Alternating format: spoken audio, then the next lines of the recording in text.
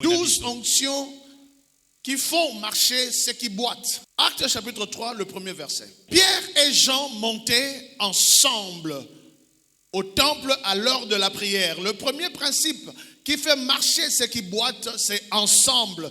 Le principe de l'unité. L'onction est la puissance de l'unité. Le deuxième principe ou la deuxième onction qui fait marcher ceux qui boitent, c'est la prière. Troisième principe, le planning, la 9e heure. Il y avait un homme boiteux de naissance qu'on portait et qu'on plaçait tous les jours, c'est-à-dire l'habitude. Le 5e principe ou la 5e onction qui fait marcher ceux qui boitent, c'est la libéralité. 6e principe qui fait marcher ceux qui boitent dans nos vies, c'est le principe de l'attention. S'attendant à recevoir de quelque chose. 7e principe, l'attente. Je m'attends à quoi? C'est ce que tu attends qui détermine ton comportement.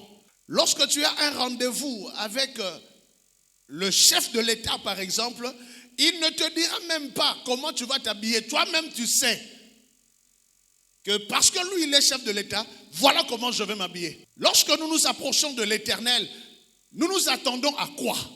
Ton comportement définit ton degré d'attente. Des gens qui s'attendent à des grandes choses se comportent comme des grandes personnes. Des gens qui s'attendent à presque rien se comportent comme des moins que rien. Écoutez,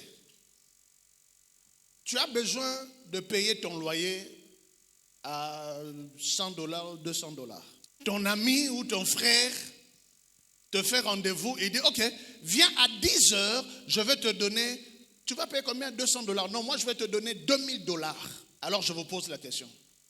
À ce rendez-vous-là, tu arriveras à quelle heure? Le rendez-vous est à 10h, tu arriveras à quelle heure? À 6h, hein? Pour fuir tous les embouteillages de Tchangoula. 5h déjà, tu es déjà en train de venir. C'est pourquoi tous les gens qui viennent en retard à l'église n'ont aucune attente devant Dieu. Parce que les choses que Dieu va te donner dépassent les $1000, les $2000, les $10 000. Ta manière de te comporter à l'église définit comment tu respectes Dieu. Le respect que tu démontres face aux choses de Dieu déterminera aussi les bénédictions de Dieu dans ta vie. Ce que tu respectes te bénit. Verset 6. Alors Pierre lui dit, je n'ai ni argent ni or, mais ce que j'ai, je te le donne. Au nom de Jésus-Christ de Nazareth, lève-toi et marche. Le 8e principe et la 8e onction qui fait marcher ceux qui boitent, c'est le mandat. Écrivez le mandat et puis arrêtez d'écrire et regardez-moi, s'il vous plaît. Parce que vous savez, dans nos églises, aujourd'hui, le chrétien, il utilise le nom de Jésus juste comme une formule, au nom de Jésus, au nom de Jésus. Mais on ne sait pas trop ce que cela signifie. Au nom de Jésus, ce n'est pas une formule. Parce qu'il y a eu beaucoup de guérisons et beaucoup de miracles qui se sont produits dans le Nouveau Testament, dans la Bible, avec des gens qui n'ont pas prononcé par leur bouche au nom de Jésus. Il y a des disciples qui marchaient. Les gens ont vu en eux la gloire. Certains prenaient des mouchoirs et ils venaient appliquer sur leur corps pour aller prier pour leurs malades dans des hôpitaux et dans les maisons. Il n'y avait pas de nom de Jésus en ce moment. Mais il y avait quoi? Il y avait un mandat. Pourquoi ils ont mis les mouchoirs sur le corps des apôtres? Parce que les apôtres marchaient avec un mandat. Qu'ils prononcent le nom ou qu'ils ne prononcent pas le nom, ils étaient avec le nom de Jésus. Nous ne prononçons pas le nom si nous n'avons pas le nom au-dedans de nous. Si tu cites le nom de Jésus par des lèvres, mais le nom de Jésus n'habite pas au-dedans de toi, le nom de Jésus dans les lèvres n'agit pas. Mais quand le nom de Jésus habite au-dedans de toi, quand le Christ t'envoie comme un mandataire, en ce moment-là, même si tes lèvres n'utilisent pas le nom de Jésus agit. Que signifie au nom de Jésus? Au nom de Jésus signifie, évangéliste Lukusa, je t'envoie auprès du pasteur Biosso. Tu lui dis que tu viens de ma part, qu'il te remette sa Bible. Maintenant, papa Biosso appelle si Bible. Est-ce qu'il appelle si yé, tu appelles singa? Pour n'en appelle singa et pourtant on a zakunate. C'est ça ce qu'on appelle le mandat. Yé sans ngai akozwa Bible wana te. Mbala liboso okei apesio, n'est-ce pas?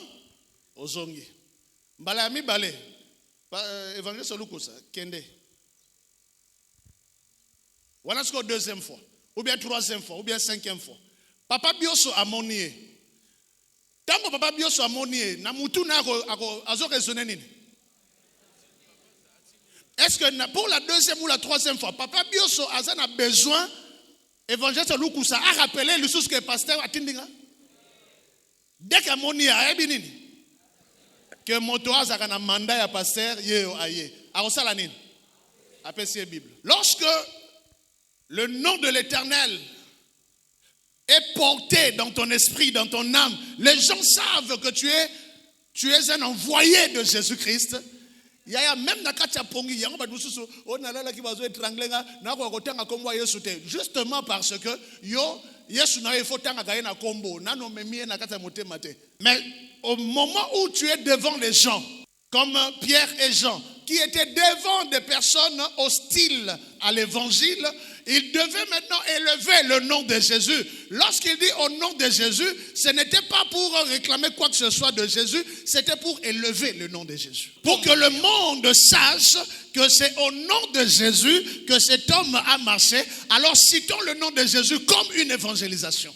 Quand je suis un envoyé de Jésus, je prêche au nom de Jésus, je prie pour les gens au nom de Jésus, les malades sont guéris au nom de Jésus, les morts ressuscitent au nom de Jésus, même directement ou indirectement, le nom de Jésus agit.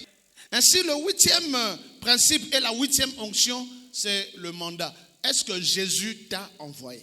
Écrivez cette phrase, s'il vous plaît. Dieu accompagne ceux qu'il a envoyés. Quand tu fais quelque chose parce que Dieu t'a envoyé, il t'accompagne. Mais quand tu fais quelque chose, même au nom de Jésus, mais il ne t'a pas accompagné, c'est parce qu'il ne t'a pas envoyé. Les 7 fils de Séva sont allés chasser un démon au nom de Jésus. Mais le démoniaque les a tapés sérieusement. Et pourtant, ils ont cité le nom de Jésus. Pourquoi? Parce qu'ils ont cité le nom de Jésus sans avoir reçu le mandat de Jésus. Dans l'église, les choses vont marcher si et seulement si chacun fait les choses selon le mandat qu'il a reçu. Je n'ai ni argent ni or, mais ce que j'ai, je te le donne au nom de Jésus. Jésus-Christ de Nazareth. Paul a dit au nom de Jésus-Christ de Nazareth. Pourquoi? Parce qu'à Jérusalem, les Nazaréens sont méconnus et ils sont méprisés. Nazareth, c'était un très petit village là-bas au nord qui n'a rien à voir avec le sud. En d'autres termes, Jésus-Christ était un nordiste, mais son nom opérait chez les sudistes. Pourquoi ils ont fait ça? C'est pour briser la barrière. Au nom de Jésus, il n'y a pas de nordiste, il n'y a pas de sudiste. Même au sud, le nom de Jésus agit. Même au nord, le nom de Jésus agit. En d'autres termes, le tribalisme s'effondre dans ce verset-là.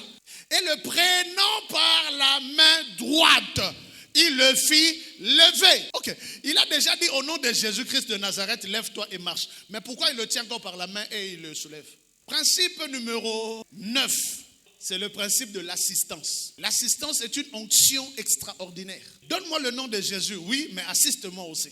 Ainsi, celui qui assiste sera assisté. Verset 8. D'un saut, il fut debout et se mit à marcher. Merci. De combien de sauts? Ok, pourquoi pas de 2 sauts? Ça, c'est un enseignement biblique. D'un saut. Principe numéro 10, la spontanéité. Dès qu'on le tient par la main droite, on le soulève, il se lève. Ce sont des genres de personnes qui reçoivent les choses de l'Éternel avec spontanéité. Et d'un saut, il fut debout et se mit à marcher. Il entra avec eux dans le temple, marchant, sautant et louant Dieu. Principe numéro 11, avant-dernier principe, la progression. Ce monsieur c'était un boiteux de naissance. Dès qu'il a reçu le miracle, il ne s'est pas arrêté de marcher. Il a rattrapé tous les retards. Mais ce jour-là, d'un saut, il est entré dans le temple. Il a commencé à marcher. Non, il ne s'est pas arrêté à marcher. Il a commencé à sauter. Mais il ne s'est pas arrêté à sauter. Et il a commencé à louer. C'est la progression de la foi. Yaya, tu dois progresser dans la foi. Et le Seigneur va faire progresser son miracle dans ta vie. Ça, c'est le verset 11. Comme il ne quittait pas Pierre et Jean, tout le peuple étonné accourut vers eux au portique dit de Salomon. Il était à la porte appelée la Belle. Et là, à la porte, qu'il a reçu le miracle. Tant qu'il a reçu le miracle, il y a une porte appelée la Belle, il y a une porte appelée Portique de Salomon. Porte la Belle, c'est pour rendre la beauté à ses jambes qui étaient sans beauté. Mais une fois que tu as rencontré Dieu à la porte appelée la Belle, ne reste pas à la belle, c'est-à-dire dans les apparences. Il faut que la sagesse. Le roi à la Belle, la sagesse de Salomon. C'est par la sagesse que l'Éternel bâtit une nation. C'est par la sagesse que l'Éternel bâtit une assemblée. C'est par la sagesse que toi tu vas bâtir ta maison.